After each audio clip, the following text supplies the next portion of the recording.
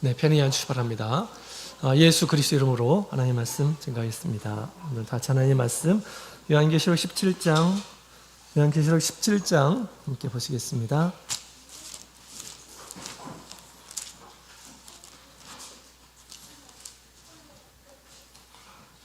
네, 17장 우리 1절부터 3절까지 있는 말씀 들어가겠습니다.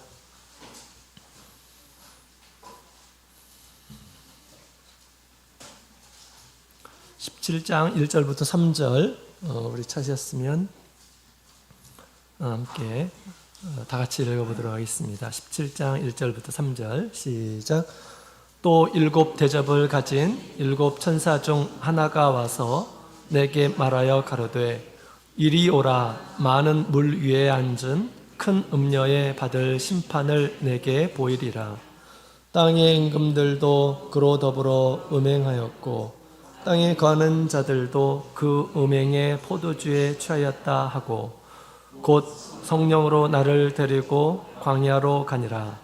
내가 보니 여자가 붉은 빛 짐승을 탔는데 그 짐승의 몸에 참남된 이름들이 가득하고 일곱 머리와 열 뿔이 있으며. 아멘. 할렐루야. 네, 환영합니다. 오늘 우리 믿음으로 우리 하나님의 전에 나와서 또 하나님의 말씀을 사모하는 그런 마음으로 하나님 앞에 오신 모든 분들에게 하나님의 축복이 함께하기를 원합니다. 자, 오늘 또 우리 학생부가 이렇게 영어회를 끝내고 돌아오게 되었습니다. 우리 학생들 우리 하나님의 은혜 가운데서 점점점 자라나서 하나님 앞에 큰 일꾼들로 성장되기를 원합니다. 자, 오늘 본문의 내용은 이제 우리 계시록 17장에 있는 내용인데요. 계시록 16장은 일곱 대접에 대한 재앙이 나오죠. 우리 지난 시간에 마지막 재앙에 대한 부분에 대해서 함께 살펴보았습니다. 일곱 재앙에는 하나님의 모든 진노가 담겨져서 이 사상이 나중에 끝나게 될 것임을 얘기해 주고 있습니다.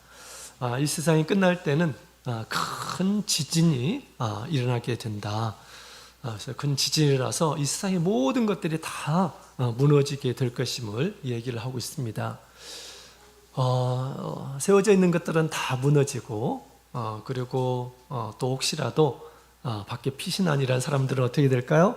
40kg가 되는 토탕 같은 무거운 우박이 비처럼 내려서 종말을 모든 생물들이 종말을 구하게 됨을 이야기해 주고 있습니다.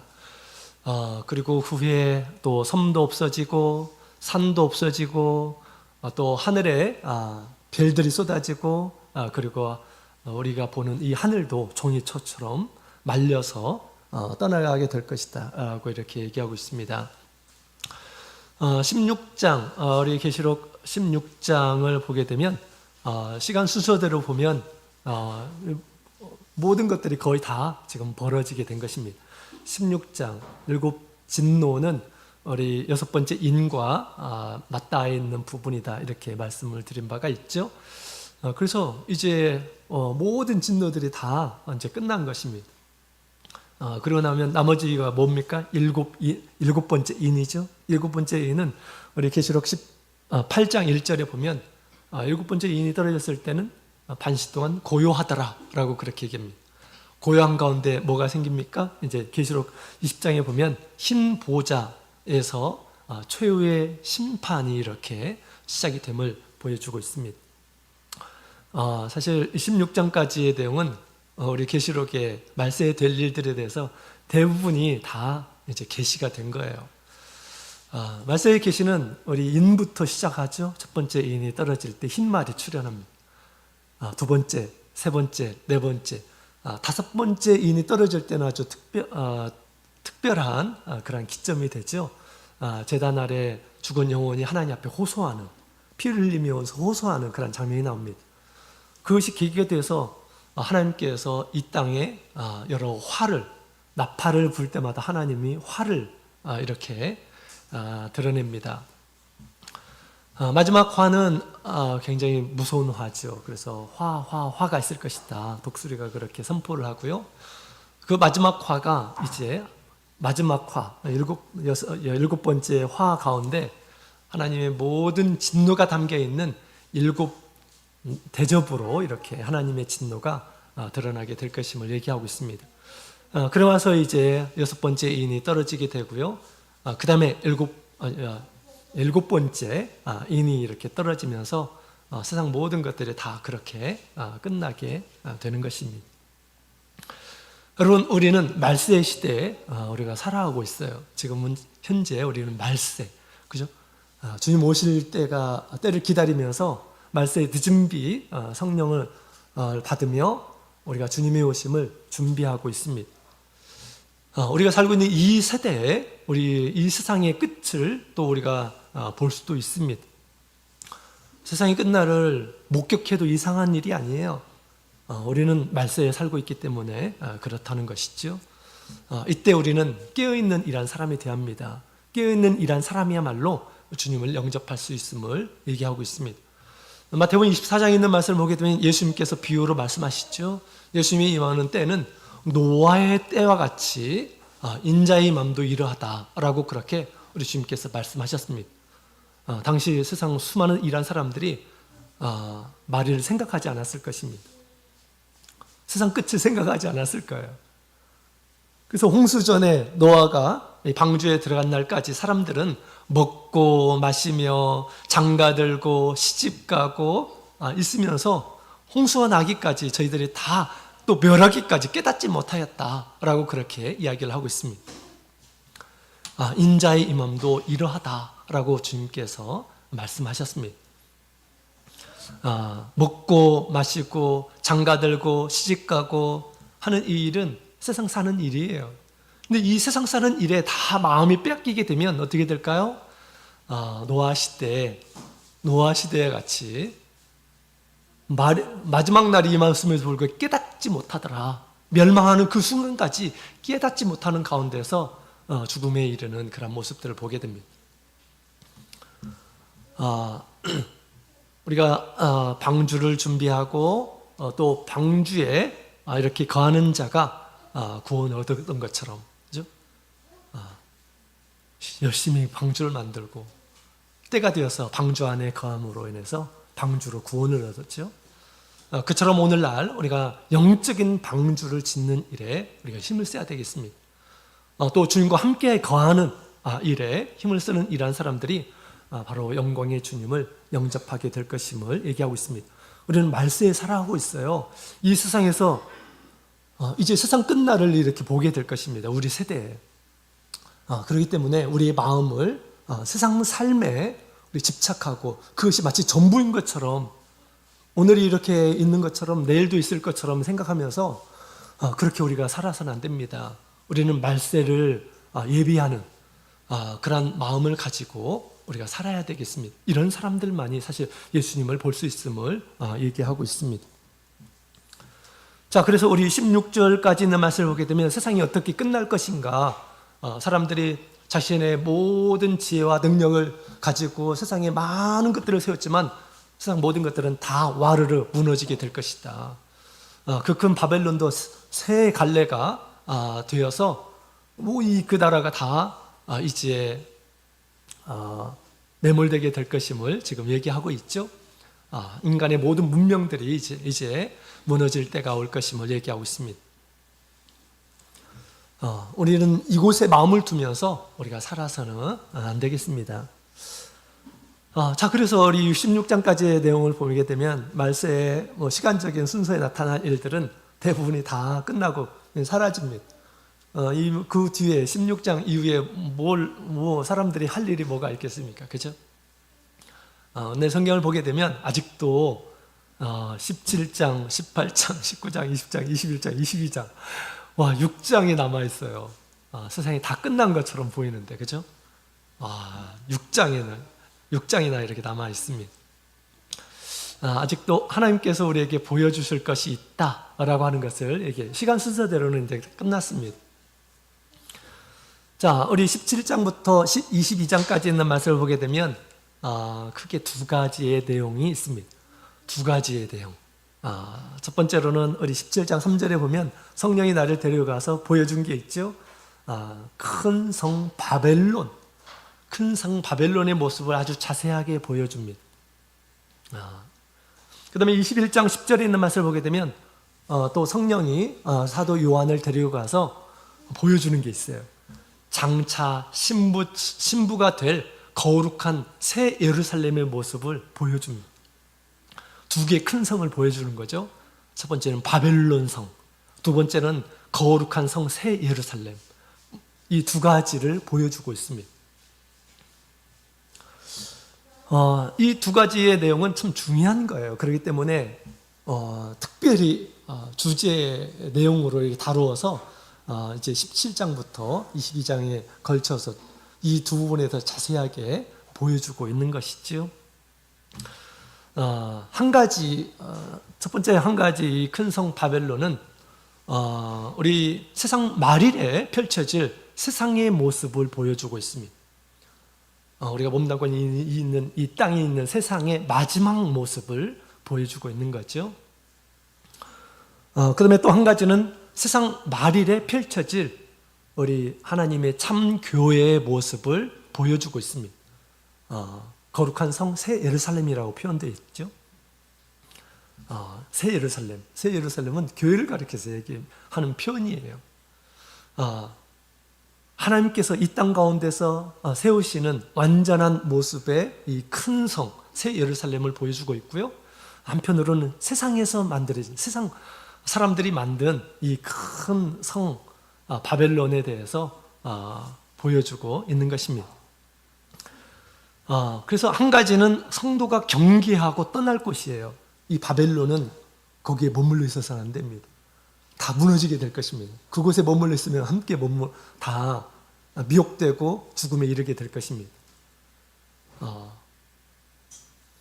그래서 이 한 성은, 그래서 한 가지는 우리 성도들이 미혹받지 않도록 경계해야 할 곳이에요. 그 다음에 또 한 가지는 우리 거룩한 성 새 예루살렘은 무엇입니까? 모든 성도들이 완성하고 또 들어가야 할 곳. 우리의 숙제입니다. 성도들의 숙제예요. 그 두 가지를 우리 하나님께서 이제 아주 자세하게 보여주고 있습니다. 이건 우리 하나님께서 영적인 모습으로 보여주고 있어요. 영적인 모습. 그래서 한 가지씩 같이 살펴보면서 우리 바벨론을 배울 때는 경각심을 가지고 우리가 주님의 말씀을 듣고요. 또 우리 거룩한 성 새 예루살렘은 하나님께서 나에게 우리 각 성도들에게 부여하신 사명임을 알고 우리가 이루어 나가야 하겠습니다.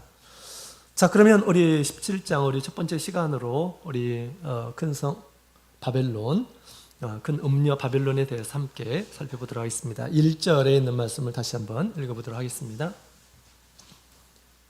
1절 다 읽겠습니다. 시작. 또 7 대접을 가진 7 천사 중 하나가 와서 내게 말하여 가로되 이리 오너라. 많은 물 위에 앉은 큰 음녀의 받을 심판을 내게 보이리라. 아멘.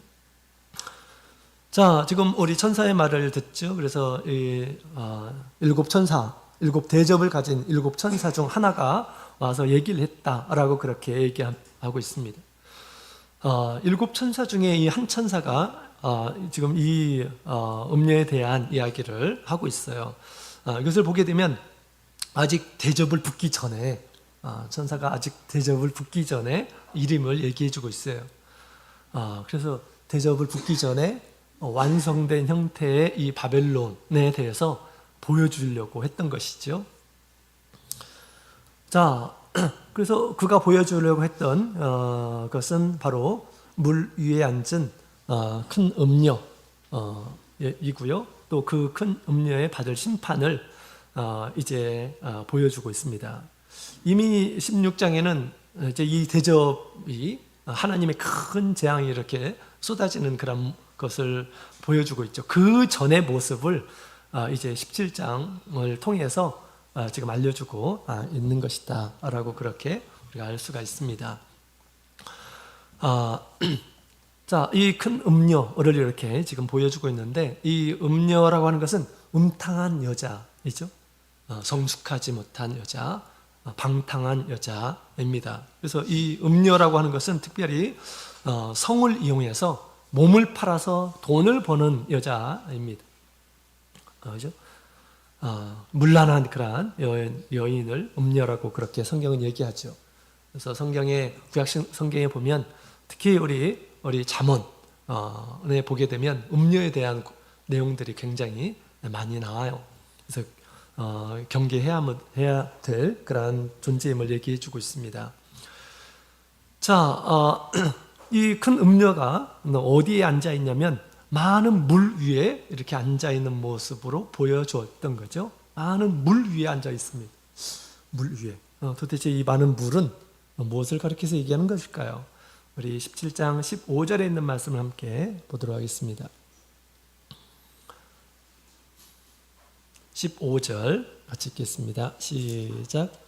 또 천사가 내게 말하되 내가 본 바 음녀에 앉은 물은 백성과 무리와 열국과 방언들이니라. 아멘. 자, 이 많은 물들은 여기에 이제 설명을 해주고 있어요. 이 물들은 그냥 물이 아니라 백성들을 가리켜서 얘기함을 보여주고 있죠. 많은 사람들, 백성과 무리와 열국, 그 다음에 많은 민족들을 가리켜서 얘기하는 거다라고 얘기하고 있습니다. 고대에 많은 물들이 있는 곳에 많은 사람들이 거주하고 또 도시가 형성되고 그렇죠. 많은 물들이 있는 메소포타미아 그 지역에 이제 문명이 시작돼요. 모여서 사는 도시국가가 이렇게 세워지게 되죠.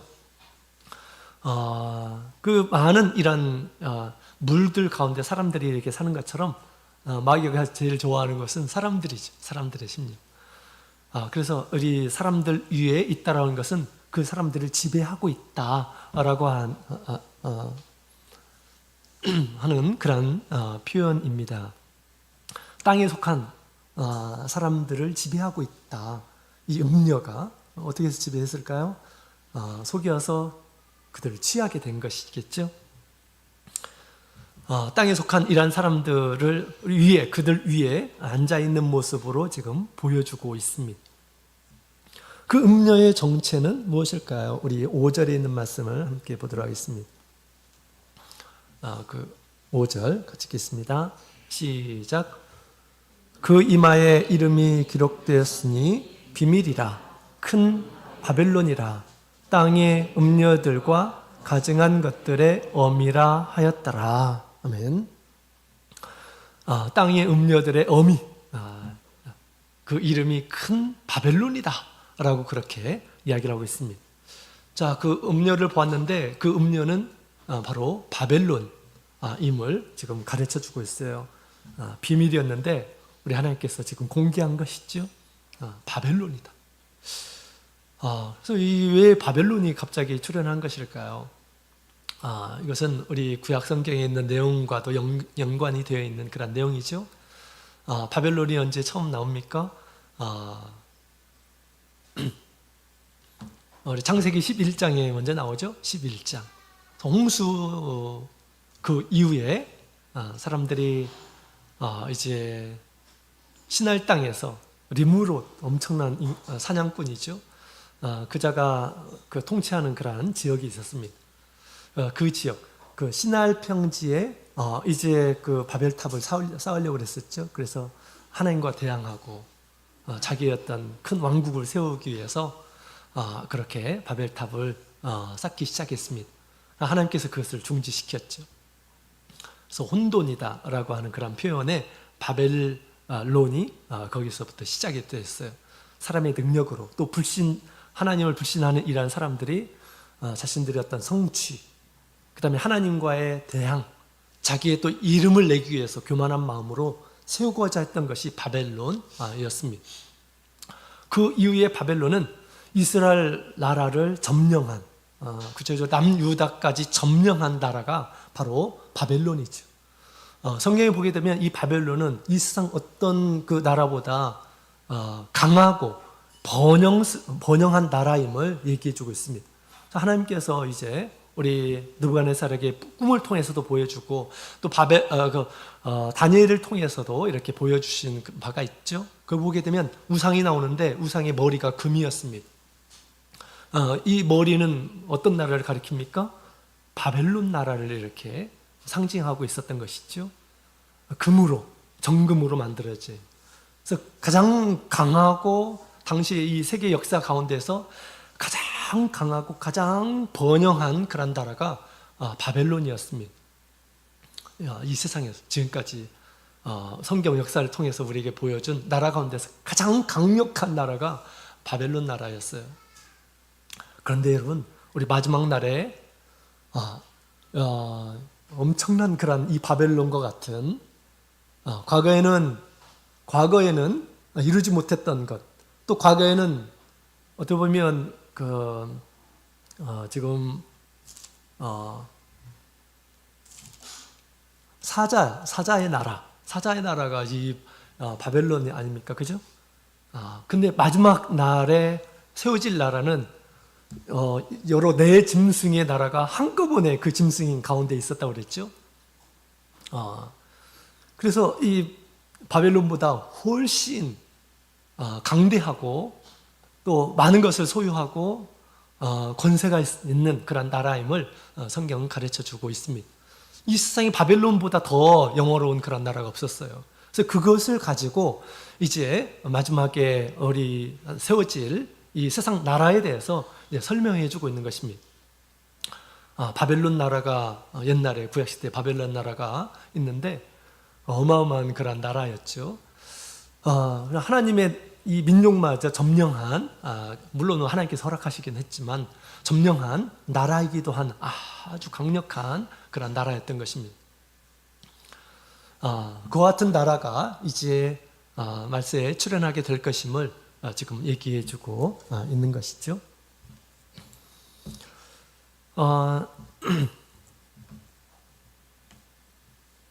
자, 그래서 이 음료의 정체는 바로 바벨론입니다. 하나님 보시기에 이 세상은 바로 음료의 모습으로 보였던 것입니다. 음료. 그러나 우리 참교의 모습, 우리 성도들의 모습은 이렇게 보이면 되나요? 안 되겠죠.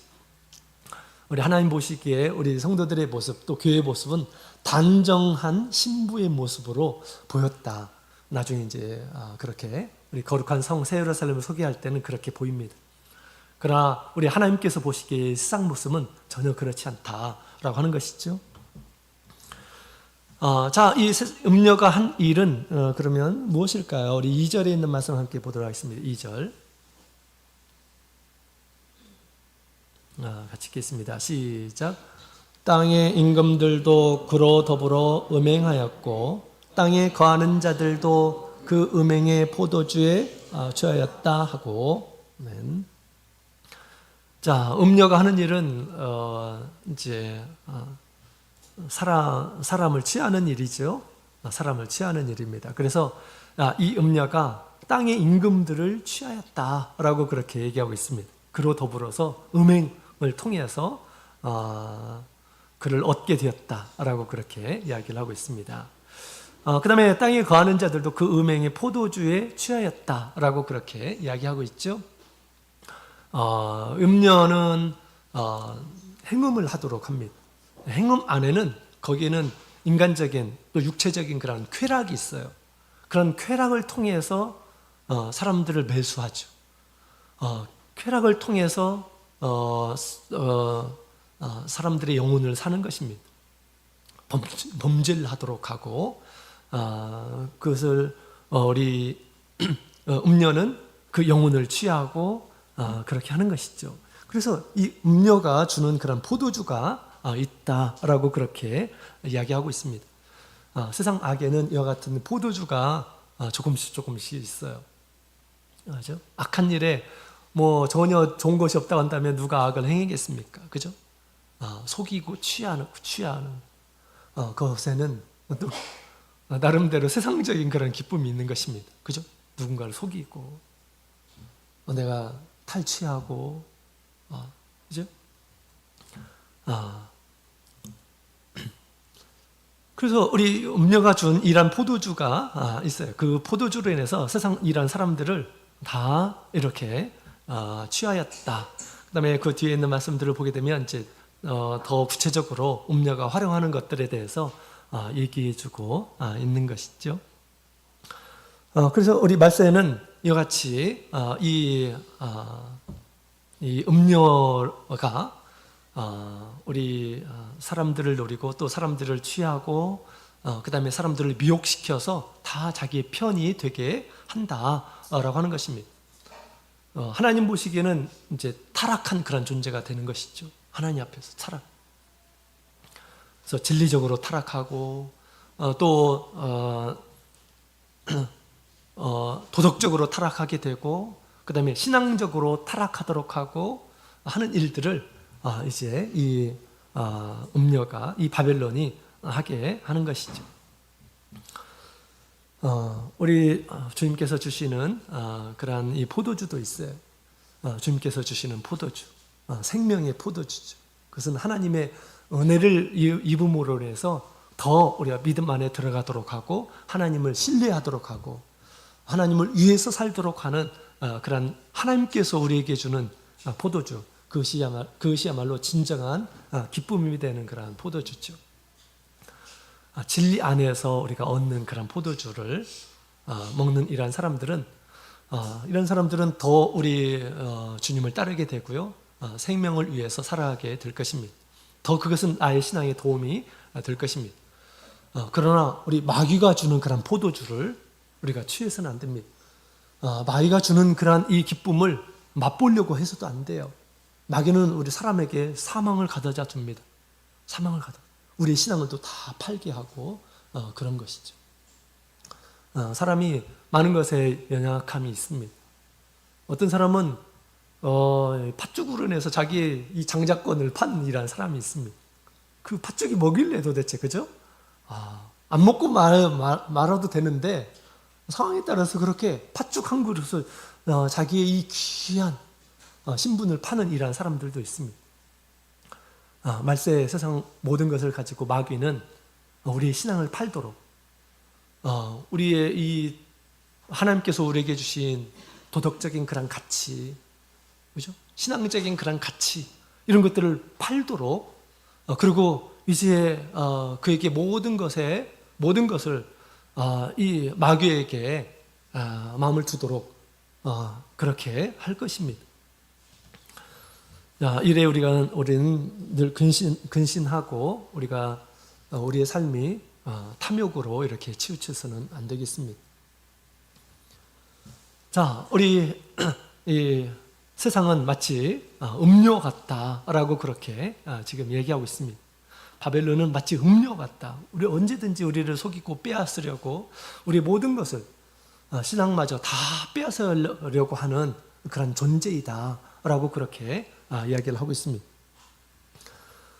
우리는 이와 같은 이 세상의 이 존재, 실체를 우리가 기억해야 합니다. 우리가 잊어버려서는 안 돼요. 자, 우리 3절에 있는 말씀 함께 보도록 하겠습니다. 3절.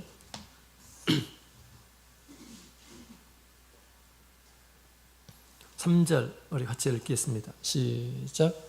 곧 성령으로 나를 데리고 광야로 가니라. 내가 보니 여자가 붉은 빛 짐승을 탔는데 그 짐승의 몸에 참남된 이름들이 가득하고 10뿔이 있으며. 아멘. 자, 우리 17장 1절부터 2절까지 있는 말씀을 보게 되면 이 천사가 지금 가르쳐 준 거예요. 내가 보이리라 라고 그렇게 얘기하고요. 또 세상에 있는 것들은, 세상에 있는 이런 사람들이 다 임금들마저 그에게 취하였다 라고 그렇게 지금 가르쳐 준 거예요. 가르쳐 준 것입니다. 그죠? 보여준 것이 아니라 가르쳐 준 거예요. 가르쳐 주고 나서 이제 그를 보이려고, 그 음료를 보여주려고 이제 천사가 그를 데리고 갑니다.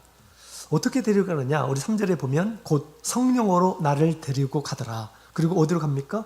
광야로 가니라 라고 그렇게 얘기합니다. 광야로 가서 보니 이제 이 여자가 보였습니다. 천사가 알려준 그 여자의 모습, 그냥 듣는 것으로 끝난 것이 아니라 그것을 보았다라고 하는 거예요. 그래서 이 사도 요한이 이제 비로소 세상을 통치하고 있는 자가 누구인지를, 바벨론의 어떤 진상을 이제 보게 된 것입니다.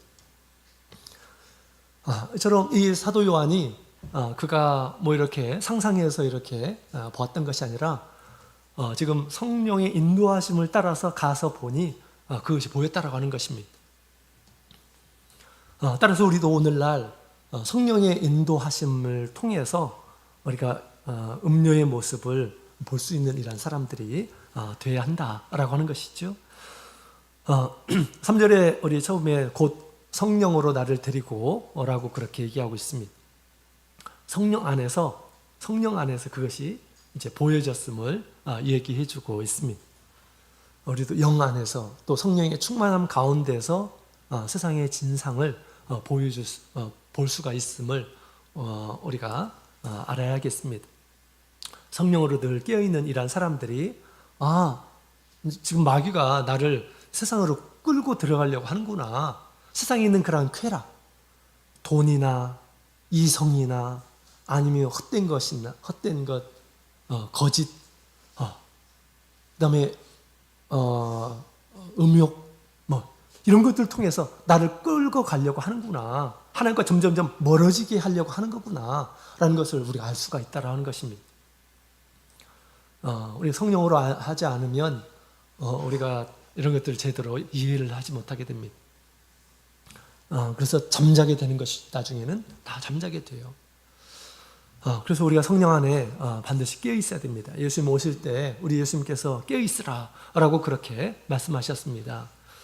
깨어서 기도하지 않은 이러한 사람들은 그것이 뭔지도 모르고 다 미혹이 될 것입니다. 성령으로 깨어 있을 때 비로소 우리가 이 세상의 진면목을 볼 수가 있게 될 것입니다. 자, 그 다음에 이제 우리 이 세상에 지금 이 바벨론을 보여주려고, 음료를 보여주려고 하는 건데요. 지금 우리 성령이 그를 어디로 데려갔습니까? 지금 광야로 데리고 갔어요. 그죠? 광야로 데려갑니다. 그래서 광야로 이렇게 가죠. 광야로 따라갑니다.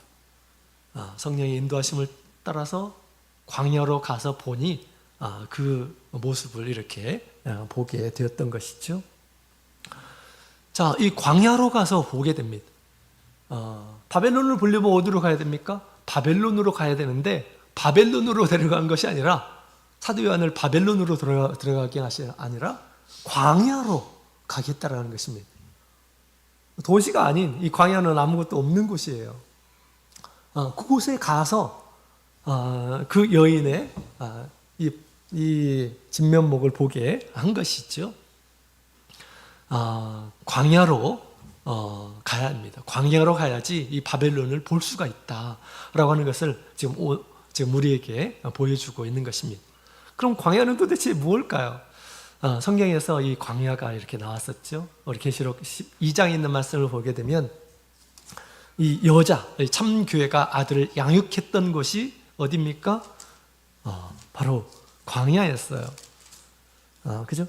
마귀를 피하고 하나님께서 예비하신 곳, 우리 12장 6절에 있는 말씀을 함께 보도록 하겠습니다.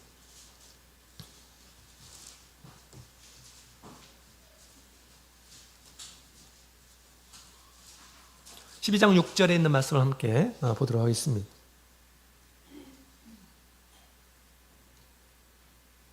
같이 읽겠습니다. 시작. 그 여자가 광야로 도망하매 거기서 1260일 동안 저를 양육하기 위하여 하나님의 예비하신 곳이 있더라. 아멘. 이 여자는 참교회를 나타내는 말입니다. 참교회가 아들을 낳고 그 아들을 양육하는데, 아들을 낳으면 딱 입을 벌리고 삼킬 자가 있었다라는 것입니다. 그 삼킬 자를 피해가지고 어디로 갑니까? 광야로 가요. 광야로 도망해서 거기서 양육을 하였다라고 이렇게 얘기합니다. 이 광야는 어떤 곳이냐면 하나님께서 예비한 곳. 이 남자가 자라도록 양육시키는 곳이 바로 광야였음을 지금 얘기를 하고 있습니다. 12장 14절에 있는 말씀을 보게 되면 영적인 그런 싸움에서도 그런 표현이 되어 있어요. 14절에 있는 말씀을 보면 같이 읽어보겠습니다. 시작. 그 여자가 큰 독수리의 두 날개를 받아 광야 자기 곳으로 날아가 거기서 그 뱀의 낫을 피하여 한 때와 두 때와 반 때를 양육받음에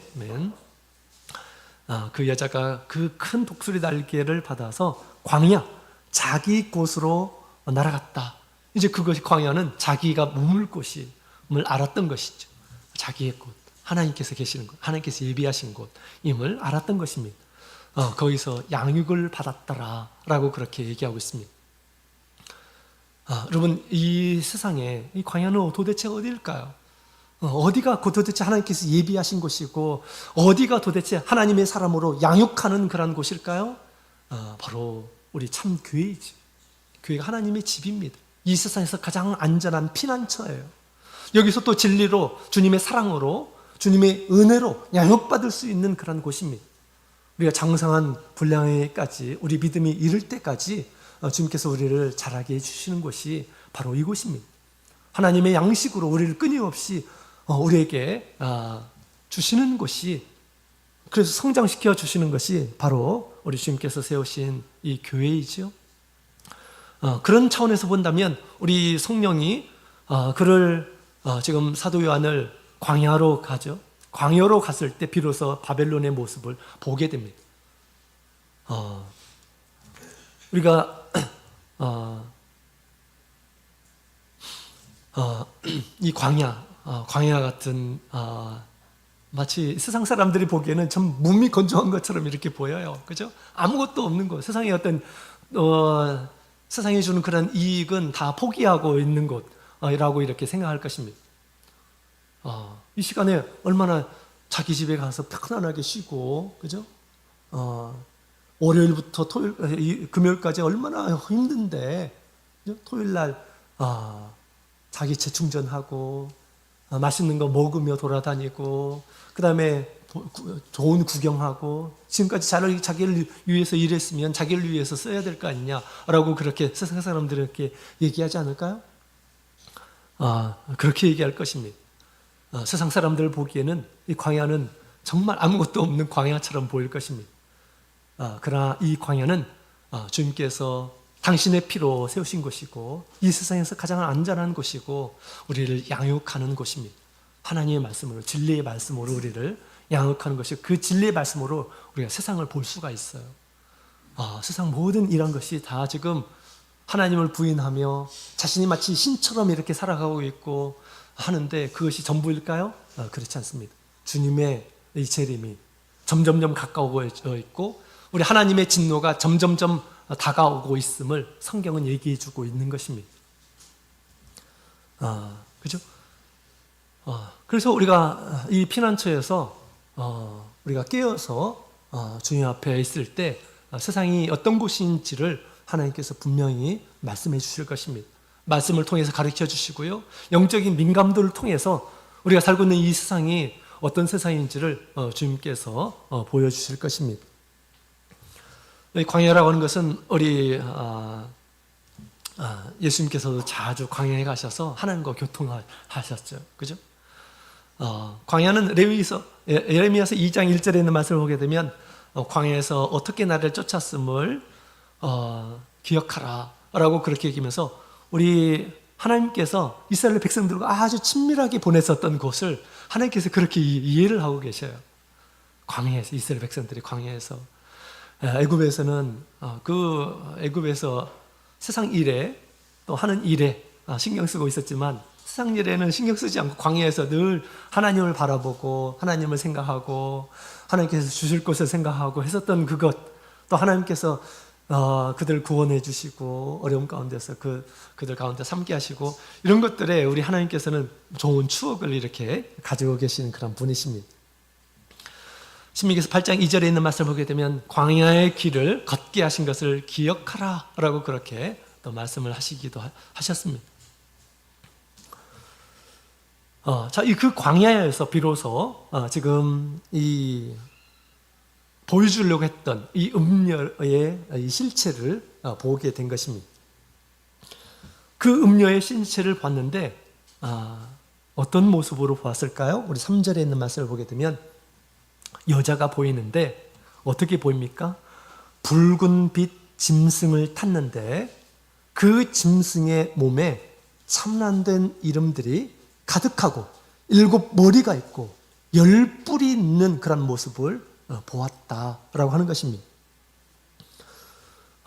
자, 이 모습은 도대체 이 짐승과 그 다음에 머리가 7개고 10가지의 뿔이 있는 이것이 도대체 뭘 얘기하는 것일까요?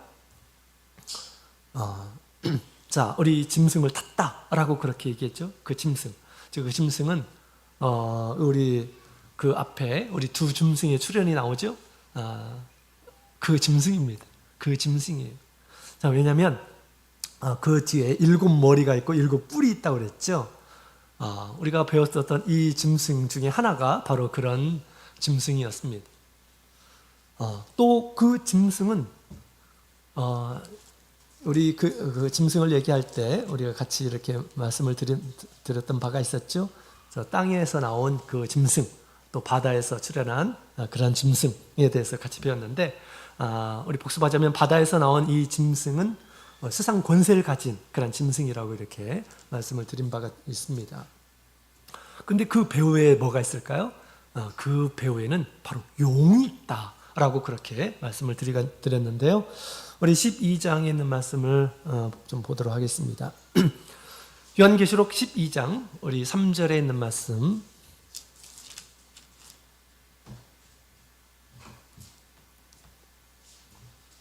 (12장) 3절에 있는 말씀을 함께 보도록 하겠습니다. 같이 읽겠습니다. 시작.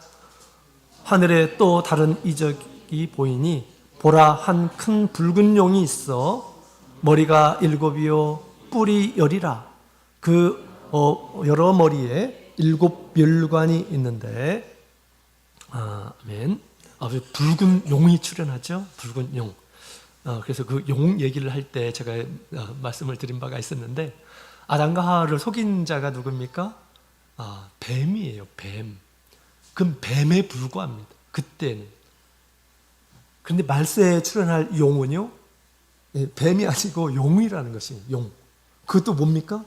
뿔을 가진 용이에요. 엄청난 그런 권세와 지혜로 세상 모든 일한 사람들을 미혹하게 될 것임을 지금 얘기하고 있습니다. 멸관도 있잖아요. 그죠? 큰 권세, 여러 권세도 있고, 그 다음에 7 멸관이 있다, 머리에. 얼마나 많은 승리를 거뒀는지를 보여주고 있습니다. 자, 영적으로 이 마귀를 지금 용으로 표현하는 것입니다.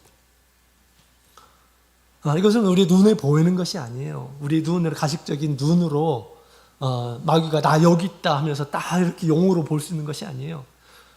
영적인 눈을 갖추게 됐을 때 마귀가 하는 일들을 볼 수가 있는 것이죠. 자, 그 다음에 우리 13장에 있는 말씀을 보게 되면 13장 우리 4절에 있는 말씀을 우리 1절에 있는 말씀을 볼까요? 1절 같이 읽겠습니다. 시작. 내가 보니 바다에서 한 짐승이 나오는데 뿔이 10이요 머리가 7이라. 그 뿔에는 7 면류관이 있고 그 머리들에는 참난된 이름들이 있더라. 4절 시작. 용이 짐승에게 권세를 주므로 용에게 경배하여 짐승에게 경배하여 가로되 누가 이 짐승과 같으뇨 누가 능히 이로 더불어 싸우리요 하더라. 이 짐승의 배후에는 용이 있어요. 이 용이 자기 모든 권세를 짐승에게 줍니다. 그 짐승이 대리해서 마귀를 대리해서 치리하고 있다라고 그렇게 얘기합니다. 근데 지금 사도 요한에게 보여준 이 여자, 이 바벨론이 바로 그 배후에 뭐가 있어요? 용이 있고 짐승이 있다라고 하는 것입니다. 사실은 용의 나라예요. 마귀의 나라입니다. 짐승의 나라예요. 그 짐승의 나라, 바벨론은 짐승의 나라입니다. 마귀의 나라예요. 거기에 우리가 굴복하면서 사는 이런 사람들이 되어서는 안 된다라는 것입니다. 그래서 우리 사도 요한은 이와 같이 이 광야에서 세상의 진면목을 보게 된 것입니다. 우리도 우리 하나님께서 예비하신 우리 하나님의 광야 그곳에 늘 끼어서 있음으로 인해서 우리가 안전하게 살 수 있을 뿐만 아니라 세상의 모습을 진리를 통해서 우리가 볼 수가 있고요. 자기 자신을 지킬 수가 있게 되는 것입니다. 그래서 오늘 시간 우리 첫 번째 시간으로 우리 큰 음녀 바벨론에 대해서 함께 살펴보았습니다. 세상을 바로 보기 위해서 하나님과 더욱 친밀한 관계를 유지하시는 우리 모든 성도님들이 다 되시기를 원합니다.